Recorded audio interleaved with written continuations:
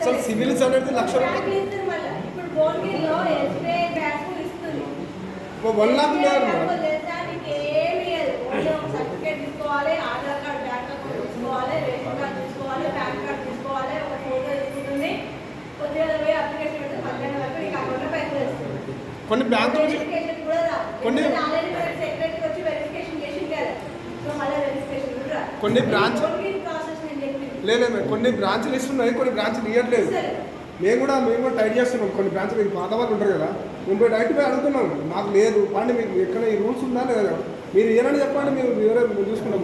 Bank మీద ఏదైనా చేయొచ్చు మనం, ఎందుకంటే మాకు చెప్పింది అది, మేము అదే చేయాలి, మీరు చేయాలి. ఇస్తే చెప్పారు, మాకు అవసరం లేదు. 1 లాక్ వరకు మాత్రం సివిల్స్ లేకుండా ఏమన్నారు, మిగతా అంటే నెక్స్ట్ టైం చెప్పలేదు వాళ్ళు ఇంకా. కానీ 1 లాక్ అయితే మాత్రం సివిల్ లేకుండా 1 లాక్ వరకు అయితే లేదన్నారు. మాకు పార్టీ పరంగా కూడా చెప్తారు, మొత్తం అదే మేడం. మొన్న మనకంటే ముందు ట్రైనింగ్ వరకు అట్లా జరిగినట్టు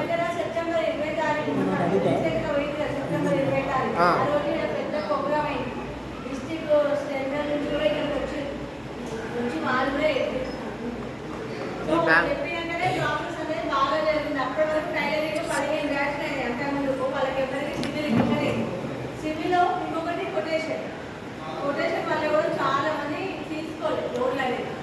కానీ ఈ ప్రోగ్రామ్ చేసిన తర్వాత ప్రోగ్రామ్ జరిపించింది సెంట్రల్ ఆ ప్రోగ్రామ్ తర్వాత చాలా మంది తీసుకొని బ్యాంకులు ఇవ్వట్లేదు. బ్యాంక్ వాళ్ళతో కూడా టైడ్ చేస్తారు మేడం. వీళ్ళు 1 లాక్ వరకు పక్క ఇవ్వాలంటారు, బ్యాంక్ వాళ్ళని కూడా టైడ్ చేస్తున్నారు.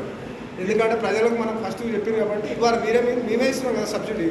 వాళ్ళు కడితే కడతారు, లేకపోతే లేదు. ఫస్ట్ అయితే మేమే మీరు ఇవ్వకుండా మీకు బ్యాంకులో మేము జమ చేస్తున్నాం కదా, పేమెంట్ అయితే జమ చేస్తున్నాం, మాకు ఇవ్వాలంటారు వాళ్ళు కూడా. కొన్ని వాళ్ళు అంటే అక్కడ అడగట్లేదు మేడం. కొందరు వీళ్ళు వెయ్యి ఏం చేస్తున్నారంటే ఉంటేనే సివిల్ అయినా సపరేట్గా వస్తున్నారు, లేకపోతే అంతో ఎంతో వాళ్ళ అది లేదు చూస్తున్నారు. అట్లా అంతో ఎంతో ఇస్తున్నామో కొన్ని చేస్తున్నారు, అట్లా కూడా ఉంది. ఎందుకు లేదన్నా మేము ఒక 10 మంది రాండి, బ్యాంక్ వాళ్ళతో మాట్లాడచ్చు, డైరెక్ట్ మీరు సివిల్ కూడా మాట్లాడచ్చు, డైరెక్ట్ మాట్లాడచ్చు, బ్యాంక్ వాళ్ళతో మాట్లాడ